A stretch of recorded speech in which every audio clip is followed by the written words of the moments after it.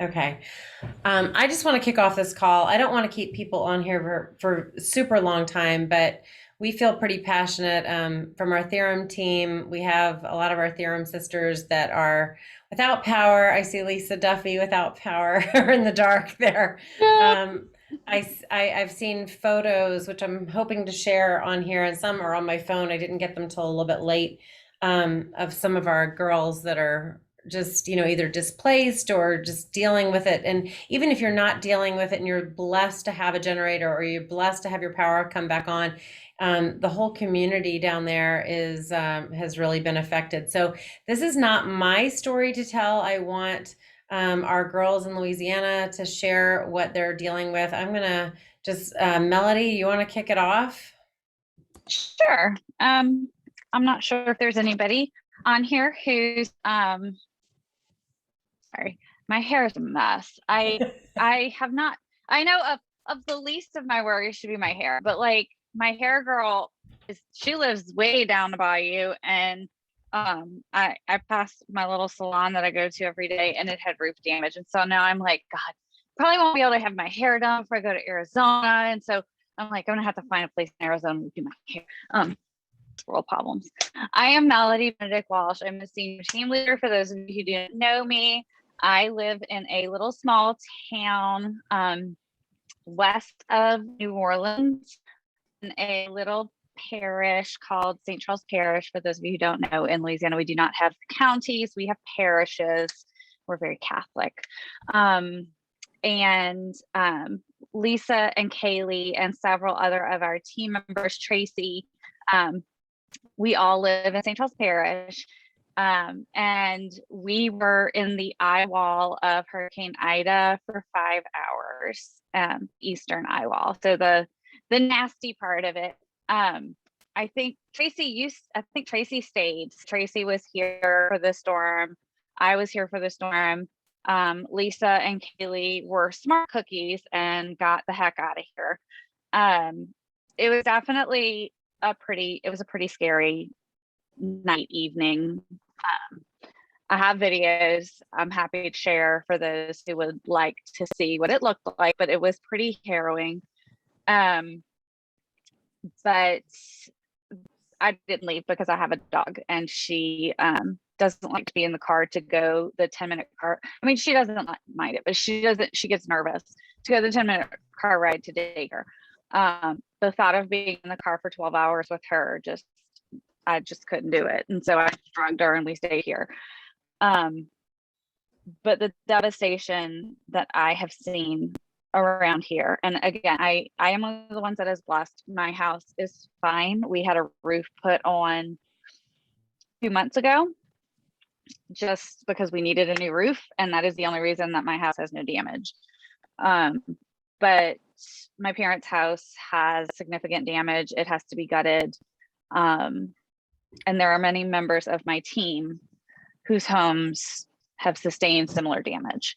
Kaylee's has some water damage. I don't know if Lisa, if you sustained any water damage or not, but yeah, in the garage. There are, yeah. I had a fence fall down. I have some little things, some little stuff, but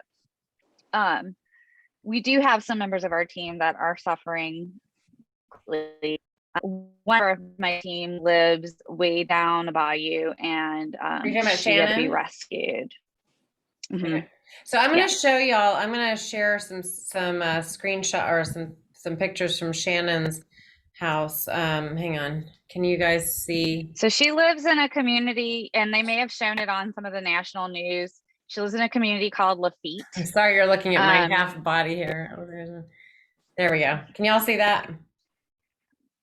So what happened there is similar to what happened in Katrina. A levee breached, and so the water came in from the Gulf, and her home.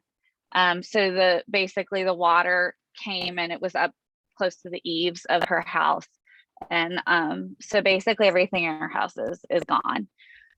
Betsy's not on the call, but unfortunately the same thing happened to Betsy during Katrina with her house in New Orleans. And you can see up here where the water was up at the ceiling. Yeah. And this is Shannon. That's my sweet Shannon. So Shannon actually works with me at my day job, and I have not gotten the chance to see her yet, but I am giving her a lot of things from me, like this junk room of mine. I have a queen size bed from my house that has been slept in one time in 9 years. So it's going to her. I don't have a use for it anymore. It's in mint condition. I'm going through all kinds of stuff because she literally has nothing. She was renting. She didn't have renter's insurance. She's got nothing. She's a very selfless person. So she did not want to ask for any donations, and she'll take them from me because we have that kind of relationship. Yeah, I mean, what we want to be able to do too as a community, and I'd like to hear from Kaylee and Lisa as well, and anybody else. I know Gigi. Yeah, I'm looking around to see who's in Louisiana, but I really want to hear from you guys. It's not just about your own homes. Water damage sucks. Being without power sucks. I mean, you guys need water. You need cleaning supplies. You need stuff for your neighbors. I mean, it might not be you, but it's your neighbors, and it's just an opportunity for us to just acknowledge the fact that you're humans in need. So, Kaylee, you want to share a little bit? Sure. I'm going to apologize in advance. I'm in my car.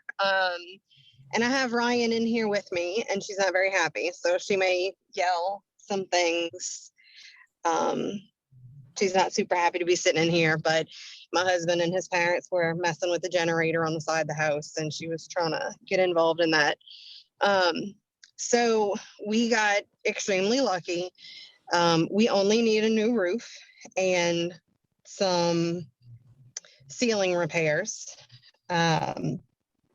This morning, we had tarped our roof when we got back, and when it rained not long after that, my husband checked all of the tarps and checked the attic, and there were no leaks once the tarps were on.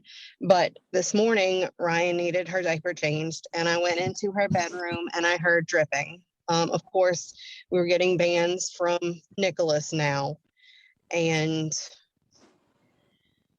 I think my husband's about to open the door. Everything okay? Yeah, I'm on a Zoom. You have Ryan with you? Yes. Okay. Where is he? In the passenger seat. Okay. All right, sorry, y'all. Well, at least he was looking out for her. Yeah. So I went to change her diaper and I heard dripping, and so her ceiling was leaking again, and the carpet was soaked, and my husband and my mother-in-law were up on the roof while it was storming, adding more tarps. So with all that being said, the closets in 3 of our bedrooms, the ceilings need to be replaced, but we got extremely lucky. I was at one of my good friend's houses earlier, and her entire house is gutted. She has electricity, so I mean, there's trade-offs here. You know, she has electricity and she has, you know, a bed to sleep in, but her house is gutted, whereas we have, you know, pretty much intact house with no electricity. I intended to take y'all on a golf cart ride to see. I don't know if you'll be able to see. It's kind of dark. Yeah. I don't know if you can really see the trees and stuff across the street from me. But it's just, there's debris piles. Well, no, that's just reflection. Piles of debris everywhere, and they've picked up a lot of it already. It's just, let's see, today is it the 13th? It's the 14th. 14th. Okay, so we've been without power for 16 days or 17 days now. But, you know, again, with our community, Lisa lives right down the street from me, you know, walking distance, jump on the golf cart. The whole community has just really been there for each other. And when it's not raining, you know, we're outside and going on golf cart rides to check on other people. My uncle, who lives in the same neighborhood as I do, his house was hit by a tornado. So half of his roof is gone. Um, my aunt that lives in Destrehan, a few miles from Melody, she saw pictures of her house and it looked fine. And when they went inside, the entire thing has to be gutted, both floors. They have a very high ceiling in the entranceway. It's all the way up to the ceiling on the second floor. And everything was just hanging down from the roof. The only thing she wasn't going to have to replace was her kitchen cabinets. And today, the contractor found water in the walls behind the cabinets. So literally everything has to be gutted and replaced. Insurance adjusters are taking forever to do anything. We do rent. Luckily, we rent from my in-laws. So they are here now to handle all of the insurance stuff. And today was the first day that someone came to measure the roof to give us an estimate. So it's just a very slow moving process. My friend whose house I was at earlier, whose whole house is gutted, she was trying to dry out her house, and it's so hot and it's so humid here that there's no amount of dehumidifying that can dry it enough to keep the mold from growing. Luckily now she does have electricity, so she can get fans going and things like that. But just being down here, there's a lot of things that kind of hinder recovery from happening that we don't have control over. There's linemen all over putting poles up, hanging wires. It's been storming, raining all day, and they're still out there. I saw on Facebook that in one of the communities in this parish, one of the linemen fell. So I don't know from how far up. I don't know his condition. It sounds like he's probably injured, but going to be okay. Alive. But I just don't know, you know, at this point. Did you hit yourself in the head? And as a former lineman wife, that was always my biggest fear. Like him being up on the line in the rain. I just it was always. But part of the obstacles of us getting our power back is some of our power feeds are through swamps. So they have to go into the swamps in airboats to get the lines back up. And so it's not as easy as just going up in a truck to put the poles back up. They have to go in an airboat and lug it's so much more complicated where we live because it's much more rural than the city. And then where Lisa and I live, our houses sit on a golf course that is known for all of its beautiful trees, which is fantastic until all of the trees come down and all of the lines are tangled up in those trees. So they have to get the trees out of the lines and away from the feeds before they can work on anything else. So, and I mean, I feel like, and I don't know if, you know, I can only speak for myself, but I have a feeling Lisa and Melody probably are experiencing the same thing. There's so many, I can't turn the truck off right now. Hang on, sorry.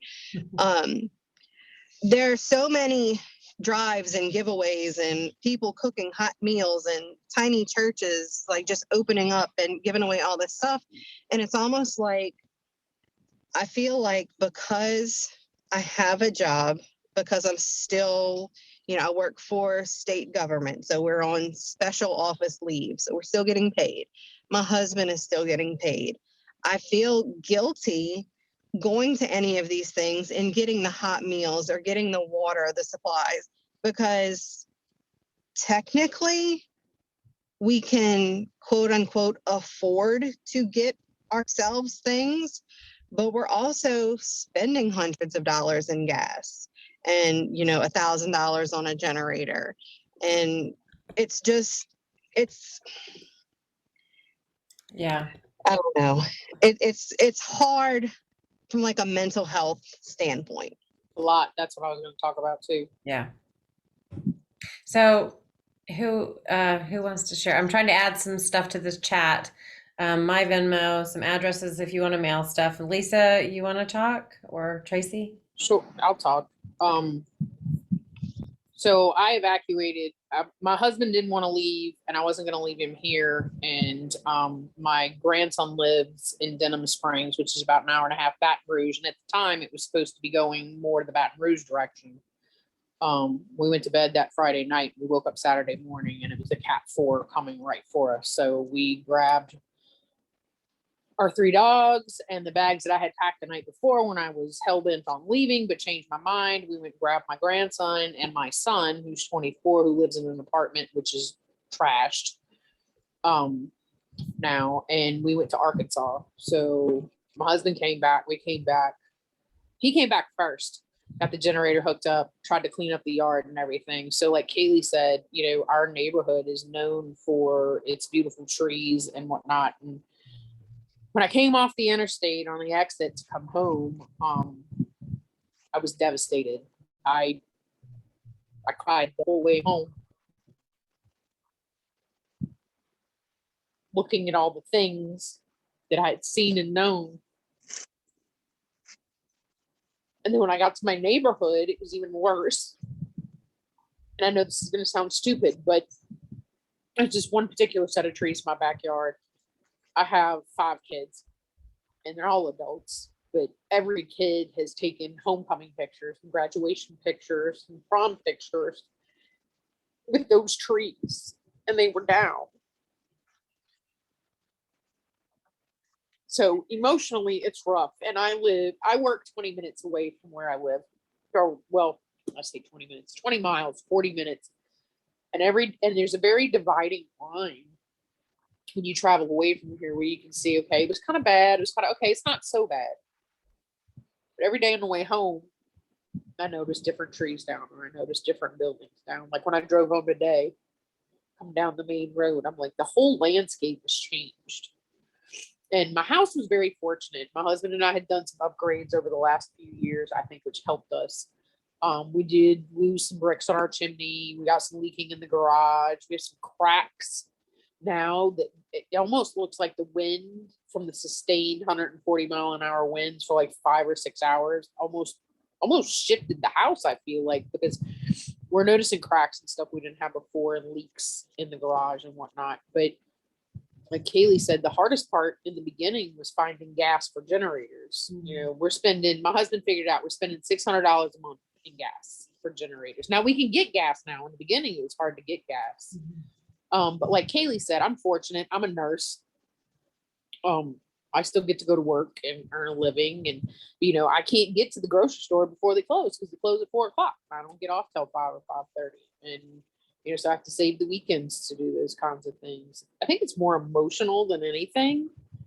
Like Kaylee said, when I came back into town, we cooked for the whole neighborhood. Like I brought in from Arkansas burgers and cheese and food and other necessities. And we did a cookout when I got home for Labor Day. I'm like, well, we're going to cook for the neighborhood. Somebody cooks every other day so we can feed each other. And just, I've seen the community grow and come together in a way that I never knew that they would. Kaylee and I live in an awesome neighborhood anyway, but for all of us to come together like we have has been amazing. But like, I have no power still. I'm working on a generator. My generator went out Sunday. My husband had to go buy a new one yesterday because I basically told him if he didn't have a generator hooked up by the end of the day, we were getting divorced because I'm just. And not you're lucky built to be able to find a generator, I know, honestly. and I'm just not built for this life. So I keep saying that. My husband's like, you're ridiculous, but No, you're it's not. different. No, because when you're in that situation and you've been out of power for 16 days too. It's yeah. It's a different way of life. Like I come home every day from work and and it's hard. And the hardest part for me, and I don't know about like for Melody or anybody else, the hardest part for me is I go to work every day and it's semi-normal. It's normal It's business. normal. I'm doing my job. Yes. And then I drive home and I see the destruction and I walk in this hot, humid, dank house that I'm waiting for my floors to buckle because it's hot and it's humid. I'm waiting for mold to grow because we still don't have power. And bless the linemen, it's wet, it's muddy, it's gross. I don't know how they're doing what they do in the rain. I honestly thought that it would stop because of the rain. I'm gonna have to redo my whole backyard because the energy trucks are driving through my yard, gutting up all my grass. But I mean, if they can get power, who cares about the grass? I mean, it's honestly it's like camping in your own home. I remember that. Yeah. And it's not glamping. No. Well, my makeup mirror is battery operated, so I do at least. At this point, I'm really glad you splurged for that mirror. Me too, because that's about the only normal thing I have in my life right now is I get to put makeup on in the morning by the battery operated light of my fabulous mirror. It's sad, but hey, when you can do one thing for yourself, that's something that symbolizes normal when you're dealing with stuff like this. That one thing, whether it be makeup, hair, or anything else, like makes a world of difference. It really does make a difference to how you feel. It does. I've been through some different things, and I've been through some hurricanes, I've been through some deaths and all that kind of stuff. And sometimes like just the littlest of things of normalcy can help you mentally so much. Tracy, do you have anything you want to say? I just, on the home front of being able to go back to work, I work at a school and I'm a paraeducator at an elementary school and I teach dancing, and to not be able to be to go to work and just be kind of just sitting dormant with your kids and trying to keep them busy, but trying to keep it, keep it, because sitting there and they're asking, can we go to Target? Can we go to Starbucks? No, we can, and try to explain it to a 5-year-old. It's hard. And my husband is out of work. He's a charter fisherman and nobody's going fishing right now. So, just trying to keep yourself sane, I guess, is kind of like you said, Lisa, it's the mental part of it it's hard. And you walk outside and there's trees and there's everybody's roof is blue and, everybody's stuff is tarped. We were very lucky because like Melody, we just got a roof replaced. So I think that definitely helped. But I do have a lot of friends, especially one like Kaylee was saying how the water was coming in today. She was in the same boat. She lives closer to St. John Parish in Months, but she said, we're playing the game, find the water spots, because now the rain is coming and, more spots are popping up now from Nicholas. So it's hard to watch, and you feel fortunate because you didn't get a lot of damage. You almost feel bad, because it's guilt. You have this guilt. Is. Yeah, absolutely. Absolutely. But I'm so glad you guys are doing this. I mean, well, and I pray that, I'm going to post this recording and we can all post this recording wherever we possibly can. And I think what's, sad is that, of course, we hear it on the news a few weeks ago and it's all coming through. And then the news sort of forgets about everything that's happening. And well, once it's not headlines anymore, they kind of forget about all the people who are still doing and as all of us in Theorem that just want to do anything that we possibly can for you guys, we are just scraping to figure out what we can do to help, and we will support you through this mentally, physically, whatever we can possibly do. So anybody else have anything they want to say or ask? I thank you guys for doing this. I think this is amazing. Hang in there, guys. I just want to say thanks too, because I know, other companies, other sales companies are not even acknowledging that this is going on. And I know we talked about one the other night, but another one that I'm involved with, no word, nothing. So just the fact that y'all noticed and realized that you have people in this area that are affected, that in itself means more than you could possibly know. That's huge. It's huge to us. Well, we don't want anybody suffering.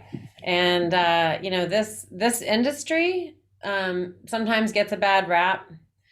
Some people think it's just, some pyramid scheme or whatever the heck. It's not, by the way. But it becomes a family of people who care about each other. And what we do every week is we get on a call and we meet and we support each other. And that's what we're going to do through all this stuff. So Lisa, I sound like you. I told my husband, Brian, I'm done camping. Right. Well, it was his.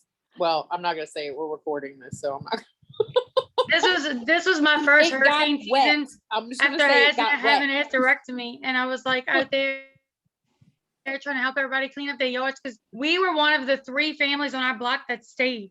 I had my 2 kids in my hallway. They were camping in the hallway during the storm. My husband and my mother-in-law having PTSD after Katrina. I'm like, y'all need to give me a bottle of Xanax to deal with all of y'all. It was not a good situation. Can we put Xanax on the Amazon list? Yes, No. Kelly. Xanax or wine? I don't know. Oh. Oh God. But no, we were fortunate too. My husband told me, had we not replaced our roof last year, we would have left. Because we've had 2 neighbors on our block. We had a lot of chimneys down on our block, but we had 2 Mhm. neighbors that they're both 2 stories. Their roofs totally caved in. Like they pretty much lost everything in their house. So Had I not put a new roof in the last 5 years, I probably would have been in the same boat. So I guess all that Thank money I was spending complaining really probably helped me I know, I out. a was new up roof on the is- roof last night helping my neighbor talk their roof before the storm today. Yeah, a new roof is never fun to purchase because it's nothing like you get to really feel like you enjoy. But right now, I know it is definitely a pressure. Yeah, well, I pitched a fit before this hurricane season to get my roof because I sat through Zeta last October and I prayed that the roof did not fail. And I told my husband, I said, I cannot go through another hurricane season with a 31-year-old roof. And I thank 31 God years old. that we Yeah, it's amazing that it lasted that long. 31-year-old roof. I know. Yes. But my parents' roof was 16 years old. My parents got their roof put on right after Katrina, and the house, it's probably going to have to be completely gutted. My old bedroom sustained the worst damage. And I think that's the hardest part for me is, yes, my current home is fine, but your parents' house is your safe place. I mean, like that's where I grew up. That's like my room. That was my room. And even though my mom had made it into the girls' room and they had their little trundle bed, everything, it was still my bedroom. So I think that's the hardest part for me is like my parents' house is going to be completely different. And I get that it'll still be because your parents' house is always home. I still have it listed as home in my phone. But because of course my parents still have a landline. But that's I'm grieving Yeah. the fact And that actually, they're home. Yeah, what you girls are dealing with is so emotional, and you're grieving the loss of your communities and your houses and just a lot of stuff. It's physical damage, it's mental damage. I totally get that. What I want to do, just in the lieu of time, is I want to just mention, okay, for anybody that's listening to this live or recording, you can Venmo Theta-Blackwood. I will post I'll post it all when I post the recording shortly so that we can do this. It can be Venmo, it can be the Amazon wish list. Melody has been gracious enough because she has a work address and a home address that is accepting mail for donations. And I just want to encourage all of you who are going through this to jump on everything that you can to just be as normal as you can for just like while you're trying to deal with this. We are surrounding you with love and prayers, and we just want to support you any way we can. Thank you. Thank you. All right. Thank Thank you. all of you for being with us tonight. Thank you, everybody. Thank you. All right. You. Reach out to us if you guys need us, if anybody Okay. needs to talk. Yeah, All right. absolutely. Bye, guys. Bye. Good night. Good night.